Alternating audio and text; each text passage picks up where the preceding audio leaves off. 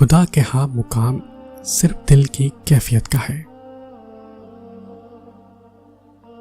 دکھاوے کی خوبیاں خامیوں سے بدتر ہوتی ہیں۔ 4 طرح کے بندوں سے ہمیشہ دور ہی رہیں، جو آپ سے جھوٹ بولے، جو آپ کی عزت نہ کرے، جو آپ کو استعمال کرے اور جو آپ کو ہمیشہ نیچا دکھائے۔ اللہ بہتر جانتا ہے کہ ہمارے لیے کیا بہتر ہے اور کیا نہیں۔ وہ ہمیں وہی عطا کرتا ہے جو ہمارے لیے بہترین ہوتا ہے۔ نماز پڑھا کرو اس سے پہلے کہ تمہاری نماز پڑھائی جائے۔ قدرت اتنی پرفیکٹ ہے کہ آپ کے ہر عمل کا بدلہ ضرور لوٹاتی ہے۔ سکون فراہم کیجیے، یہ لوٹ کر آپ کے پاس آ جائے گا۔ کسی کی آنکھ میں آنسوؤں کا سبب ہے تو بھی انتظار کیجیے۔ آخرت میں نیکیوں کو گنا نہیں بلکہ تولا جائے گا، اس لیے اچھے اعمال کی تعداد کو نہیں بلکہ ان کے معیار پر دھیان دیں۔ مقدس علم کا نزول اعلیٰ دماغ پر نہیں پاکیزہ دل پر ہوتا ہے۔ اپنی زندگی کا مقصد فقط اللہ کی خوشنودی بنا لیجیے، پھر آپ کبھی نہیں ٹوٹیں گے، کبھی نہیں بکھریں گے اور کبھی نہیں ہاریں گے۔ دعا کا کوئی رنگ نہیں ہوتا مگر یہ رنگ لے آتی ہے۔ ایسے لوگوں کی صحبت اختیار کریں جن کے درمیان گناہ کرتے ہوئے شرم آئے، اور ایسے لوگوں سے بچیں جن کے درمیان رہ کر نیکی کرتے ہوئے شرمندگی محسوس نہ ہو۔ اگر کوئی شخص آپ کو عزت دے تو اس کا یہ مطلب نہیں کہ آپ بہت عظیم ہیں، بلکہ یہ کہ وہ شخص خود ایک اعلیٰ ظرف انسان ہے۔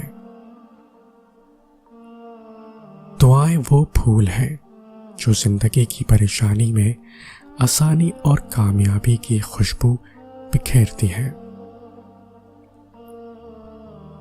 سچ اپنے آپ کو خود ثابت کر لیتا ہے، لوگوں کی مخالفت کو وقار کے ساتھ اگنور کرنا ایک آرٹ ہے۔ اس کو جو سیکھ لیتا ہے اللہ اس کو عزت دیتا ہے۔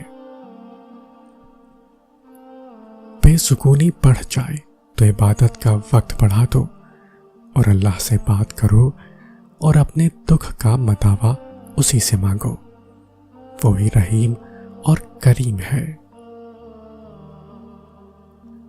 جب اللہ راضی ہو جاتا ہے تو پوری کائنات کو وسیلہ بنا دیتا ہے۔ مایوس ہونا چھوڑ دیں، کیونکہ جو دروازے زمین والوں کی تدبیروں سے بند ہوتے ہیں ان سے بڑے دروازے آسمان والے کے فضل و کرم سے کھلتے ہیں۔ ایسا کچھ نہیں جو میرے رب سے پوشیدہ ہو، اور ایسا کچھ بھی نہیں جو اس کے اختیار سے باہر ہو۔ غصہ ایک ایسی آندھی ہے جو دماغ کا چراغ گل کر دیتی ہے۔ جب اٹھانے والا رب ہے تو کیا فرق پڑتا ہے کہ گرانے والا کون ہے؟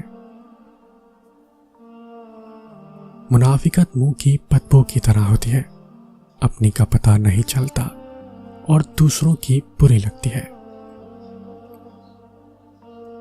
سانسوں کا رک جانا ہی موت نہیں ہے، وہ انسان بھی مرا ہوا ہی ہے جس نے غلط کو غلط کہنے کی ہمت کھو دی ہے۔ آپ کسی کو بھی زبردستی دو کاموں کے لیے مجبور نہیں کر سکتے، ایک محبت، دوسرا عبادت، دونوں دل سے ہوتی ہے اور دونوں کا رشتہ روح سے جڑا ہوتا ہے۔ ایک سا وقت کبھی بھی نہیں رہ سکتا، دن بگڑتے ہیں، سنورتے ہیں اور گزر جاتے ہیں۔ منافقت سے بہتر ہے کہ تم کافر مر جاؤ، کیونکہ جہنم میں کافر کا درجہ منافق سے بہتر ہے۔ اپنے ہاتھ سے کی ہوئی نیکی اور دوسرے سے سرزد ہونے والے گناہ کا تذکرہ کسی سے نہ کرو، یہ تمہارے کردار کا امتحان ہے۔ زندگی کے سفر میں بہترین سواری صبر ہے۔ تمہیں اندازہ بھی نہیں ہوتا کہ اللہ پاک تمہاری اکثر خواہشات کو رد کر کے تمہیں کتنے غموں سے بچاتا ہے۔ بے شک اللہ نہایت رحم کرنے والا ہے۔ منافق کی ہمدردی دشمن کی تلوار سے زیادہ خطرناک ہوتی ہے۔ اپنی زندگی کا مقصد فقط اللہ کی خوشنودی بنا لیجیے، پھر آپ کبھی نہیں ٹوٹیں گے، کبھی نہیں بکھریں گے، کبھی نہیں ہاریں گے۔ توبہ کرنے والوں کی صحبت میں بیٹھا کرو، کیونکہ وہ سب سے زیادہ نرم دل ہوتے ہیں۔ اللہ کی نعمتوں کو اللہ کے محبوب کاموں میں صرف کرنا بہترین شکر گزاری ہے۔ کہیں آپ کسی کے راستے سے ذرا سا کانٹا ہٹا رہے ہوتے ہیں اور کہیں آپ کے راستے کی خاردار جھاڑیوں کو اللہ کے حکم سے ختم کر دیا جاتا ہے۔ ایک لقمہ پیٹ تک پہنچانے کا قدرت نے کتنا اچھا انتظام کیا ہے کہ گرم ہے تو ہاتھ بتا دیتے ہیں، سخت ہے تو دانت بتا دیتے ہیں، کڑوا یا ترش ہے تو زبان بتا دیتی ہے، اور اگر باسی ہے تو ناک بتا دیتی ہے۔ بس حرام ہے یا حلال، یہ فیصلہ آپ کو کرنا ہے۔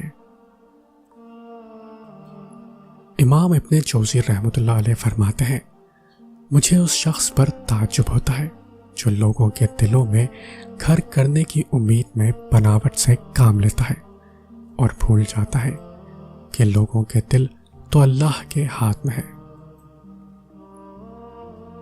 جس طرح چاول کا ایک دانہ خاک میں مل کر 31 دانے پیدا کرتا ہے، اسی طرح ایک نیکی 1000 نیکیوں کو جنم دیتی ہے، اور نیکی کے لیے دل پر جبر کرنا پڑتا ہے، اس دانے کی طرح خاک میں ملنا پڑتا ہے۔